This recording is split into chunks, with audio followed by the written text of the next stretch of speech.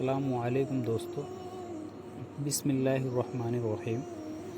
ایک دینار میں جنت لے لو، ایک عجیب واقعہ۔ ہارون رشید ایک بہت بڑا بادشاہ گزرا ہے جس کی حکومت پوری دنیا پر تھی۔ اس کے زمانے میں بہلول نام کے ایک بزرگ تھے۔ وہ اللہ کے بہت بڑے ولی تھے، اس لیے ہارون رشید ان کا بہت احترام کیا کرتا تھا۔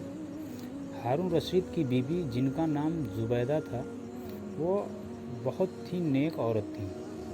زبیدہ نے اپنے محل میں ایسی 1000 نوکرانیاں رکھی ہوئی تھیں جو قرآن کی حافظہ تھیں، اور قرآن کی تلاوت کے لیے ان سب کی ڈیوٹی الگ الگ شفٹوں میں لگی ہوئی تھی، جس کا نتیجہ یہ ہوتا تھا کہ محل میں 24 گھنٹے قرآن کی تلاوت ہوتی رہتی تھی، اور اس کا محل قرآن کا گلشن لگتا تھا۔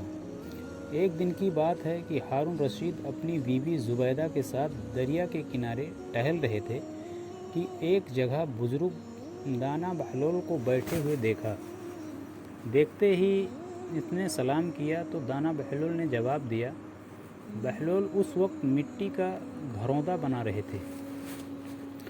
ہارون رشید نے پوچھا، کیا کر رہے ہو؟ بہلول نے جواب دیا، ریت میں گھر بنا رہا ہوں۔ ہارون رشید نے پوچھا، کس کے لیے بنا رہے ہو؟ بہلول نے جواب دیا، جو اس گھر کو خریدے گا میں اس کے لیے دعا کروں گا کہ اللہ تعالیٰ اس کو جنت میں گھر عطا فرمائے۔ ہارون رشید نے پوچھا، اس گھر کی کیا قیمت ہے؟ بہلول نے جواب دیا، صرف 1 دینار۔ ہارون رشید نے سوچا، یہ ایک دیوانہ ہے، جانے کیا بڑبڑا رہا ہے، اس لیے اس بات پر دھیان نہیں دیا اور وہ آگے بڑھ گیا۔ اس کے پیچھے زبیدہ خاتون آئیں۔ انہوں نے بھی سلام کر کے یہی سوالات پوچھے، کیا کر رہے ہو؟ کس کے لیے بنا رہے ہو؟ تو بہلول نے پھر وہی جواب ان کو بھی دیا کہ جو اس گھر کو خریدے گا میں اس کے لیے دعا کروں گا کہ اللہ تعالیٰ اس کو جنت میں گھر عطا فرمائے۔ قیمت پوچھنے پر بہلول نے 1 دینار بتایا تو زبیدہ نے 1 دینار دے کر کہا، میرے لیے دعا کر دینا، اور پھر وہ آگے بڑھ گئیں۔ رات کو جب ہارون رشید سویا تو اس نے خواب میں جنت کے حسین منظر دیکھے۔ خوبصورت جھرنے، ہرے بھرے باغ اور اونچے اونچے خوشنما محل بھی تھے، اور ان محلوں میں ایک محل ایسا بھی تھا جس پر زبیدہ کا نام لکھا ہوا تھا۔ ہارون رشید نے سوچا کہ میں دیکھوں تو صحیح میری بیوی کا گھر کیسا ہے، لیکن اس سے پہلے کہ محل میں داخل ہوتا، محل کے ایک چوکیدار نے اسے روک لیا۔ ہارون رشید نے کہا، اس محل پر میری بیوی کا نام لکھا ہے، یہ میری بیوی کا ہے، اس لیے مجھے اندر جانا ہے۔ اس کی قیمت دیکھ کے شاید آپ چونک جائیں۔ چوکیدار نے کہا، نہیں، یہاں کا قانون الگ ہے، یہاں جس کا نام ہوتا ہے اسی کو اندر جانے کی اجازت ہوتی ہے، اس کے علاوہ کسی اور کو نہیں۔ جب چوکیدار نے ہارون رشید کو پیچھے دھکا دیا تو ہارون رشید کی نیند کھل گئی۔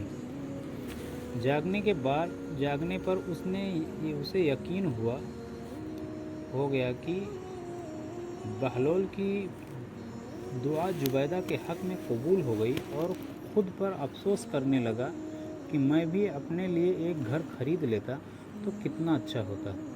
وہ ساری رات اسی افسوس میں کروٹیں بدلتا رہا۔ صبح آنکھ کھلی تو اس نے سوچا کہ آج ضرور میں دریا کے کنارے جاؤں گا اور بہلول سے دعا کروا کے اپنے لیے جنت میں ایک مکان ضرور خریدوں گا۔ اگلے دن وہ دریا کے کنارے بہلول کو تلاش کرتے ہوئے ادھر ادھر دیکھ رہا تھا کہ اس نے پھر بہلول کو اسی طرح کا مکان بناتے دیکھا تو قریب جا کر سلام کیا، اور بہلول نے جواب دیا۔ اس کے بعد پھر وہی سوالات شروع ہو گئے۔ ہارون رشید نے پوچھا، کیا کر رہے ہو؟ بہلول نے جواب دیا، ریت میں گھر بنا رہا ہوں۔ ہارون رشید نے پوچھا، کس کے لیے بنا رہے ہو؟ بہلول نے جواب دیا، جو اس گھر کو خریدے گا میں اس کے لیے دعا کروں گا کہ اللہ تعالیٰ اس کو جنت میں گھر عطا فرمائے۔ ہارون رشید نے پوچھا، اس گھر کی کیا قیمت ہے؟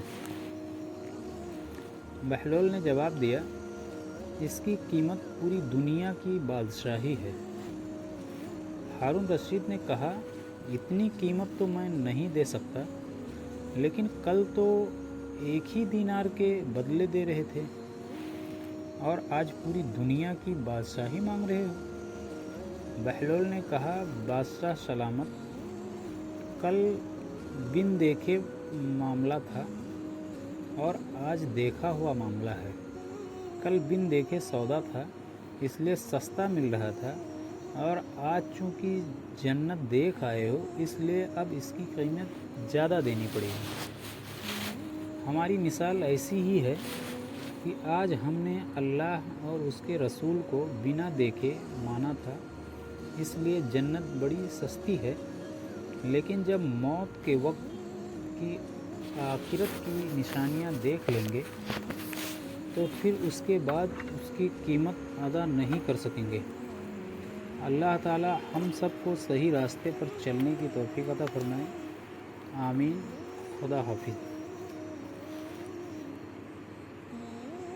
دوستو، کہانی پسند آئی ہے تو لائک اور سبسکرائب ضرور کریں۔ وآخر دعوانا الحمدللہ رب العالمین۔